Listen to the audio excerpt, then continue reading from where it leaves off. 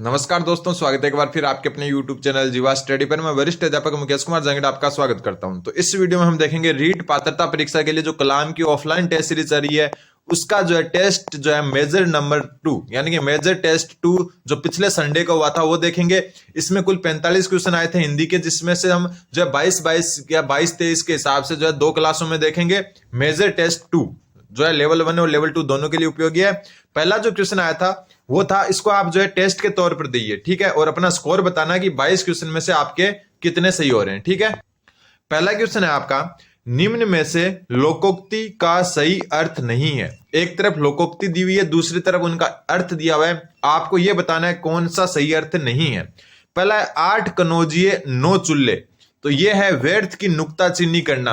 मतलब कनौजिए 8 यानी कि जो हलवाई वो 8 है लेकिन चूल्हे 9 बना दिए, मतलब एक व्यर्थ ही बना दिया। तो व्यर्थ की नुक्ताचीनी करना यानी कि व्यर्थ खर्च करना जो है इसका सही अर्थ हो जाएगा। तो ये तो एकदम सही है। फिर है ऊंट किस करवट बैठता है, परिणाम में अनिश्चितता होना। बिल्कुल किसी भी करवट बैठ सकता है, मतलब अनिश्चित है, ठीक है।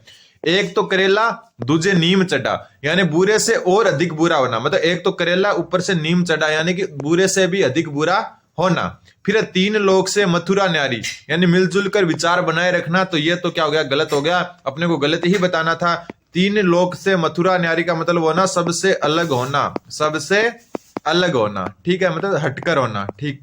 अगला क्वेश्चन अपना उत्तर सोच लेना जैसे मैं क्वेश्चन पढ़ूं और आपको अपना स्कोर बताना है 22 में से कितने सही हुए आपके। अगला क्वेश्चन है, किस विकल्प में मुहावरे का सही अर्थ नहीं है। सबसे पहले कच्चा चिट्ठा खोलना, तो भेद खोलना, ये तो बिल्कुल सही है।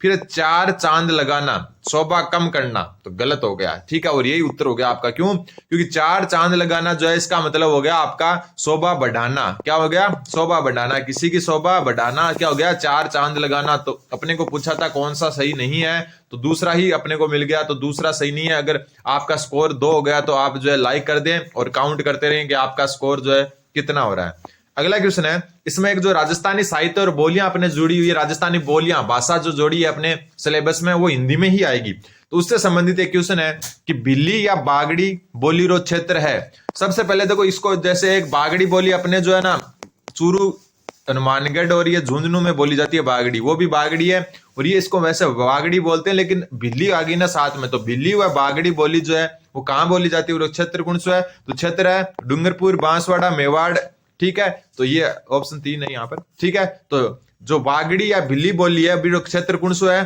तो डूंगरपुर, बांसवाड़ा और मेवाड़। मेवाड़ मतलब उदयपुर का कुछ भाग। तो एक बागड़ी बोली अपने जो है चूरू, सिक्कर, झुंझुनू, ठीक है, चूरू, सिक्कर, झुंझुनू और हनुमानगढ़ के कुछ भाग में बोली जाती है, गंगानगर के भी कुछ भाग में बोली जाती है। तो वो और ये दोनों अलग अलग है, ध्यान रखना। अगला क्वेश्चन है, श्रीधर व्यास री लिखोड़ी रचना कौन सी है? श्रीधर व्यास री रचना कौन सी है बतानी आपने। सबसे पहले हम बात करें तो श्रीधर व्यास की आप उत्तर सोच लें, उत्तर होगा इसका रणमल छंद, ठीक है। बिसलदेव रासो कौन लिखी? तो बिसलदेव रासो लिखी नरपति नालय। कौन? नरपति नालय लिखी, ठीक है। फिर बात करें हंसावली की, ये थोड़ा सा नाम ध्यान रखना, ये क्वेश्चन आया हुआ है। हंसावली जो असाहित्य, ये नाम जो है एक अजीब सा नाम है लेकिन इसको याद रख लेना। हंसावली रचना जो है असाहित्य की लिखी हुई है। श्रीधर व्यास री कौन सी लिखेड़ी है? रणमल छंद। बिसलदेव रासो कौन लिखी? नरपति नालय। तो ध्यान रखा, ठीक है। तो ये मेन हंसावली है, इसको ध्यान रखना, साहित्य की है। अगला क्वेश्चन है, सुनंदा खेल रही है, सुनंदा खेल रही है रेखांकित वाक्य में पदबंध कौन सा है? पदबंध के बारे में मैंने एक बात पिछले वीडियो में बताई थी कि पदबंध होता है जो रेखांकित शब्द, जो पूरा वाक्य होता है, जो पूरा पद होता है उसका पहला शब्द देखना है अपने को। कौन सा शब्द? पहला शब्द। और पहला शब्द अगर संज्ञा है तो संज्ञा पदबंध, पहला शब्द सर्वनाम है तो सर्वनाम पदबंध, पहला शब्द क्रिया है तो क्रिया पदबंध। यहां बात आ रही है खेलना, ठीक है। खेलना क्या होता है आपका? क्रिया। क्या होता है? क्रिया। खेल रही है मतलब क्रिया, तो क्रिया पदबंध हो जाएगा, ये उत्तर हो जाएगा आपका ऑप्शन नंबर 4। अगला जो क्वेश्चन है आपका, परीक्षा में तुम अच्छे अंक प्राप्त करो, ये वाक्य का कौन सा प्रकार है? तो आपको पता है अर्थ के आधार पर प्रकार पूछा है और अर्थ के आधार पर 8 प्रकार मैंने बताए थे। रचना के आधार पर 3 प्रकार होते हैं, ये बात भी हम कर चुके हैं, ठीक है। तो अर्थ के आधार पर वाक्य के 8 प्रकार होते हैं, उसमें से ये एक प्रकार दिया हुआ है कि परीक्षा में तुम अच्छे अंक प्राप्त करो, ये वाक्य कौन से प्रकार का है? संध्यार्थक तो हो ही नहीं सकता, किसी प्रकार का संदेह नहीं हो रहा इसमें। आज्ञार्थक भी नहीं हो सकता, आज्ञा नहीं दी जा रही। प्रश्नवाचक तो है नहीं क्योंकि प्रश्नवाचक चिन्ह ही नहीं है, तो उत्तर क्या हो जाएगा, इच्छार्थक। ठीक है, इच्छार्थक मतलब ये किसी की इच्छा है या फिर जो है कोई जो आपको जो एक कह सकते हो उसकी विश है, या फिर जो आपको एक मतलब प्रेयर है, आपके लिए प्रार्थना कर रहा है कि परीक्षा में तुम अच्छे अंक प्राप्त करो, तो ये होता है, हमेशा ध्यान रखना, इच्छार्थक। ठीक है, 8 प्रकार के वाक्य पता होना चाहिए आपको कि कौन कौन से जो अर्थ के आधार पर 8 प्रकार हैं। अगला क्वेश्चन है, इनमें से मिश्र वाक्य कौन सा है? तो आपको पता है मिश्र वाक्य 2 वाक्यों से बना होता है, और 2 वाक्यों में पहला जो वाक्य है उस पर दूसरा वाक्य क्या करता है, निर्भर करता है, डिपेंड करता है। पहले वाक्य पर का जो अर्थ के बिना दूसरे वाक्य का अर्थ जो है कुछ नहीं होता, तो 2 वाक्यों से मिलकर बना होता है, लेकिन दूसरा वाक्य पहले वाक्य पर क्या करता है, निर्भर करता है, वो होता है मिश्र वाक्य। ठीक है, ये आपके रचना के आधार पर जो 3 प्रकार है ना, संयुक्त, मिश्र और साधारण वाक्य, उनसे पूछा हुआ क्वेश्चन है। तो अब बताओ आपको, देखो यौवन वह काल है जब चरित्र का निर्माण होता है, तो यही आपका मिश्र वाक्य लग रहा है। क्यों? मैंने क्या बोला कि दूसरा वाक्य पहले पर निर्भर करता है, और पहले वाक्य के बिना दूसरे वाक्य का कोई अर्थ नहीं है। जैसे इसको हटा दो एक बार, इसको हटा दिया। अब क्या है, जब चरित्र का निर्माण होता है, इसका कोई अर्थ नहीं निकल रहा। अब दूसरे के साथ इसको पढ़ोगे ना, दूसरे के साथ पढ़ोगे कि यौवन काल वह है जब चरित्र का निर्माण होता है, तब ये जो है सही जो है दोनों का अर्थ निकल रहा है, तो ये मिश्र वाक्य हो गया। ठीक है, किंतु, परंतु, अथवा, और, या, इनसे जो भी जुड़े होते हैं उन वो आपको पता ही है कौन से होते हैं, संयुक्त वाक्य होते हैं। कौन से होते हैं, संयुक्त वाक्य। ठीक है, अगला क्वेश्चन, निम्न में से कौन सा जो है संयुक्त वाक्य है, कौन सा जो है संयुक्त वाक्य है वो बताना है आपको। सबसे पहले जो है सारे वाक्यों को अच्छे से देखें और अपना स्कोर काउंट करते हैं। लड़के मैदान में एक सभा का आयोजन कर रहे हैं, तो ये तो कोई संयुक्त वाक्य नहीं है, क्योंकि संयुक्त वाक्य 2 वाक्य होते हैं, दोनों का अलग अर्थ भी निकल सकता है, लेकिन जो एक दूसरे से जुड़े होते हैं, और बीच में किंतु, परंतु, अथवा, या, परंतु जो है, लेकिन, बल्कि, ये जो है शब्द होते हैं। ठीक है, फिर है कृष्ण बांसुरी बजाते हैं और राधा नाचती है। देखो ये आ गया ना, और से जुड़ा हुआ वाक्य, और यही इसका सही उत्तर हो जाएगा। अब देखो यहां पर जैसे जो मिश्र वाक्य में क्या होता है, 2 वाक्य होते हैं, लेकिन जो है पहले वाक्य होता है उसके ऊपर दूसरा निर्भर करता है, दूसरे का अलग से अर्थ नहीं होता। लेकिन इसमें देखो पहला अगर हटा भी दें तो राधा नाचती है, इसका भी अलग से अर्थ निकल सकता है। ठीक है, तो ये आपको ध्यान रखना, अगर ये मिश्र वाक्य होता तो कृष्ण बांसुरी बजाते हैं, राधा नाचती है, इसका अलग अलग अर्थ नहीं निकल पाता, तो ये और से जुड़ा हुआ है, तो यही वैसे सही उत्तर हो जाएगा। ठीक है, अब देखो ये मिश्र वाक्य है, वहां शहर बस गए, तो कहां बस गए, इसका अर्थ कब पता चलेगा, जब पहला पढ़ोगे, जहां खेत थे वहां क्या है, शहर बस गए, तो ये आपका मिश्र वाक्य हो गया। क्या हो गया, मिश्र वाक्य। अगला क्वेश्चन है, निम्न में से असंगत कौन सा है? कौन सा क्या है, असंगत? अल्प विराम, तो ये बिल्कुल अल्प विराम का जो कॉमा होती है उसको अल्प विराम कहते हैं। लागव चिन्ह, लागव मतलब जैसे डॉक्टर को लिखते हैं ना अपन, डॉक्टर ऐसे बिंदु लगा देते हैं डॉक्टर, तो ये लागव चिन्ह होता है। पूर्ण विराम, तो ये पूर्ण विराम नहीं है, ये क्या है आपका, ये आपका विस्मयादि बोधक। क्या है, विस्मयादि बोधक। ठीक है, और ये हो गया विवरण चिन्ह। ठीक है, तो उत्तर क्या हो जाएगा आपका, ऑप्शन नंबर 3। अगले क्वेश्चन जो है आपके गद्यांश से है। अगला जो क्वेश्चन है, आनंद और उत्साह, आनंद और साहस का मिला जुला रूप है। रेखांकित शब्द का सही अर्थ है साहस शब्द। भय का सामने करने की दुविधा, बिल्कुल नहीं। भय का सामने करने की इच्छा, बिल्कुल। भय यानी कि डर का सामना करने की इच्छा होती है, उसको कहते हैं साहस, तो उत्तर हो जाएगा ऑप्शन नंबर 2। कायरता का सामना करना, कायरता का सामने की दुविधा, ये तो हो ही नहीं सकता। भय का सामना, डर का सामना करने का जो इच्छा होती है उसी को क्या कहते हैं, साहस कहते हैं। अगला क्वेश्चन, उत्साही व्यक्ति सदा दृढ़ निश्चयी होता है। उत्साही व्यक्ति सदा दृढ़ निश्चयी होता है, वाक्य में कौन सा काल है? ठीक है, संदिग्ध, तो संदिग्ध में तो इसमें कोई है ही नहीं। ठीक है, अपूर्ण, अपूर्ण भी नहीं है। अपूर्ण वो होता है जिसमें हो रहा है, हो रही है।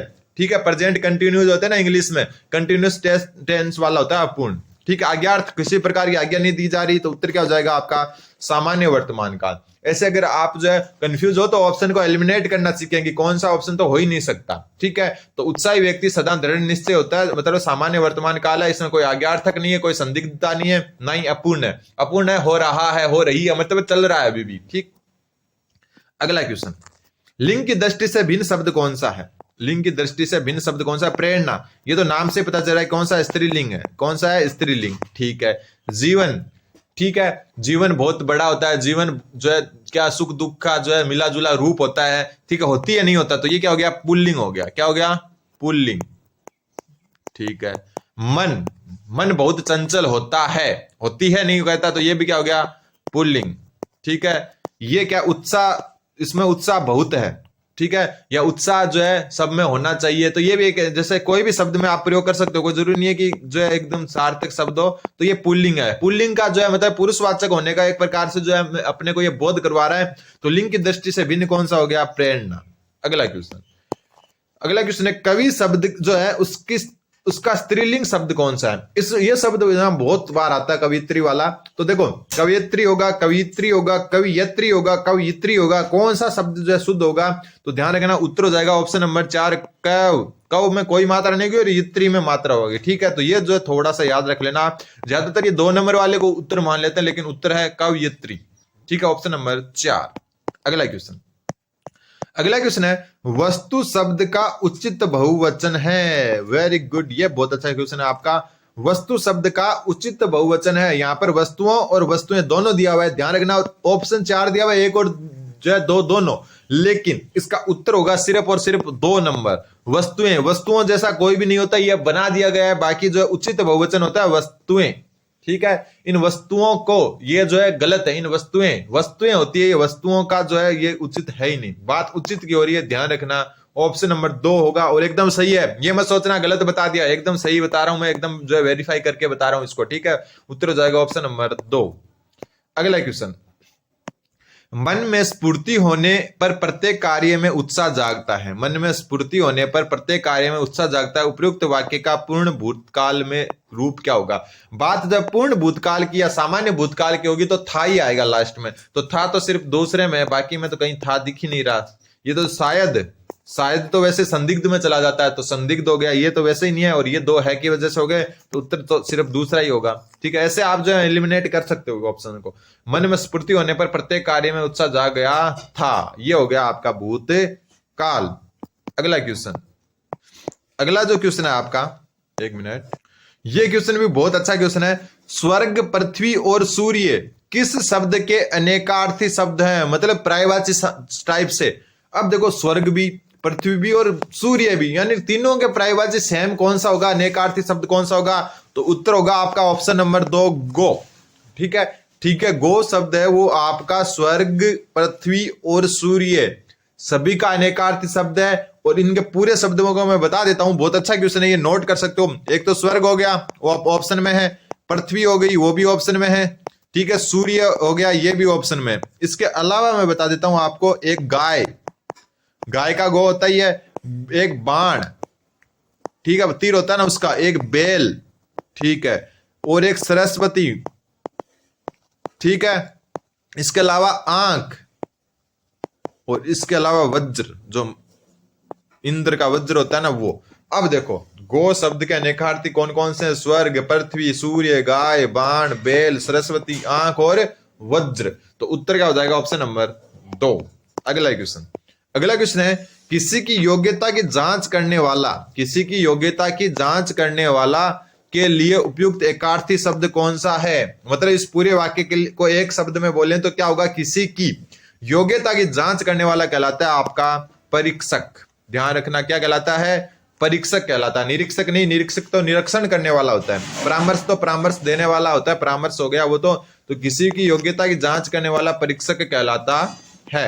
अगला क्वेश्चन, वर्तनी की दृष्टि से अशुद्ध शब्द का रूप बताना है। कौन सा अशुद्ध रूप है, केंद्रित तो बिल्कुल सही है, स्फूर्ति ये भी बिल्कुल सही है, आनंद गलत है। कैसे गलत है, आनंद, यहां बिंदी लगनी थी, ये बिंदी यहां पर लगा दी इसने, जबकि यहां पर लगानी थी नंद के बीच में। ठीक है, तो आनंद, छोटी छोटी चीजें लेकिन ध्यान रखना है। अब इस बिंदी को अपन तो इतना जो सोचते नहीं है और बता देते हैं कि यार ये भी सही है, और उत्तर कर देते कौन सा, चौथा, जबकि आनंद गलत है। आनंद ऐसे लिखा जाता है, इसने बिंदी थोड़ी सी आगे लगा दी, आ और न के बीच में लगा दी, जबकि न और द के बीच में लगती। तो उत्तर हो जाएगा ऑप्शन नंबर 3। अगला क्वेश्चन, अगला क्वेश्चन है दी गई शिक्षण विधियों में लेखन शिक्षण की कौन सी विधि है। दी गई शिक्षण विधियों में लेखन जो शिक्षण यानी लिखना सीखना, ध्वनि साम्य विधि। तो ध्वनि साम्य विधि तो जो एक जैसे शब्द होते हैं उनके उच्चारण की विधि होती है, जैसे फल, कल, ये शब्द होते हैं ना, इनके उच्चारण की विधि होती है। तो ये तो है नहीं। देखो और कहो, देखो और कहो यानी कि वो भी एक वाचन की होगी, ना कि लेखन की। अनुध्वनि यानी सुनकर वापस बोलना, अनुकरण करना, तो वो भी क्या हो गई, वाचन शिक्षण की हो गई। तो उत्तर क्या हो जाएगा, ऑप्शन नंबर 4 रूपरेखा अनुकरण। रूपरेखा अनुकरण क्या होता है, जैसे क, ख, ग, ये ऐसे मैंने डाल दिया, आप वापस इसको देख कर लिख रहे हो, ख, ग, ऐसे कर रहे हो, तो ये होता है रूपरेखा अनुकरण और ये लेखन शिक्षण की विधि है। अगला क्वेश्चन, विद्यार्थी के शैक्षिक रूप से पिछड़ेपन के शारीरिक कारण के अंतर्गत कौन सा नहीं है। ठीक है, विद्यार्थी के शैक्षिक रूप से पिछड़ेपन के शारीरिक कारण के अंतर्गत निम्न में से कौन सा कारण नहीं है। मतलब जो किसी चीज में पिछड़ा हुआ है उसका शारीरिक कारण कौन सा नहीं है। उच्चारण दोष, उच्चारण दोष जो है आपका शारीरिक कारक है, हो सकता है। क्यों, क्योंकि जीभ की मोटाई, लंबाई, ऊंचाई से कारण भी जो है आपके उच्चारण दोष में क्या हो सकता है, अंतर हो सकता है। फिर शारीरिक दोष, ठीक है, शारीरिक दोष तो शारीरिक कारण का हो गई।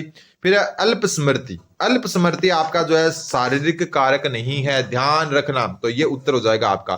शारीरिक विकलांगता तो वो इसका ही कारण है, तो अल्प स्मृति जो है इसका सही उत्तर है, हो जाएगा। अगला क्वेश्चन, अगला क्वेश्चन है कठपुतली का प्रदर्शन। कठपुतलियां देखी होगी आपने, उसके जो कठपुतली का प्रदर्शन है वो अनुदेशन सामग्री के किस वर्ग में आता है। ठीक है, अनुदेशन सामग्री के किस वर्ग में आता है कठपुतली का प्रदर्शन।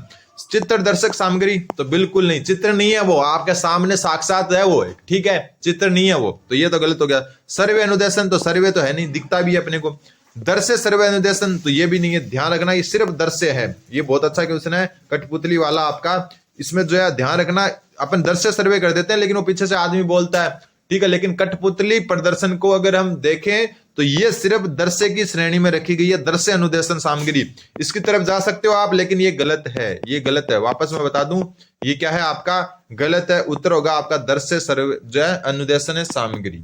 अगला क्वेश्चन, और आज का लास्ट क्वेश्चन है ये कि भावों और विचारों के साथ पूर्ण तादात्म्य स्थापित करके अलौकिक आनंद की अनुभूति करवाना उद्देश्य है।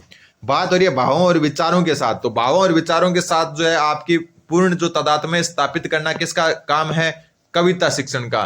ठीक है, आनंद की अनुभूति किससे होती है, कविता शिक्षण से। इसकी विधियां आपको पता ही है, व्यास विधि सबसे इंपॉर्टेंट विधि है जो आपकी कविता शिक्षण की विधि है, व्याख्या विधि भी इसकी ही विधि है, प्रश्नोत्तर विधि भी इसी की विधि है। हालांकि ये गद्य शिक्षण में भी दोनों काम आती है, लेकिन कविता शिक्षण में भी काम आती है। तो उम्मीद है आपके समझ में आया होगा। चैनल को सब्सक्राइब करें। धन्यवाद। बने रहें जीवा स्टडी के साथ। टेलीग्राम ग्रुप लिंक में जो है डिस्क्रिप्शन में जो है लिंक दिया, जाकर ज्वाइन कर सकते हो। आप जो स्टडी की जो भी मटेरियल आपको चाहिए, न्यूज वगैरह वहां पर उपलब्ध होती रहती है, तो डिस्क्रिप्शन में लिंक है, टेलीग्राम ग्रुप का ज्वाइन कर सकते हो।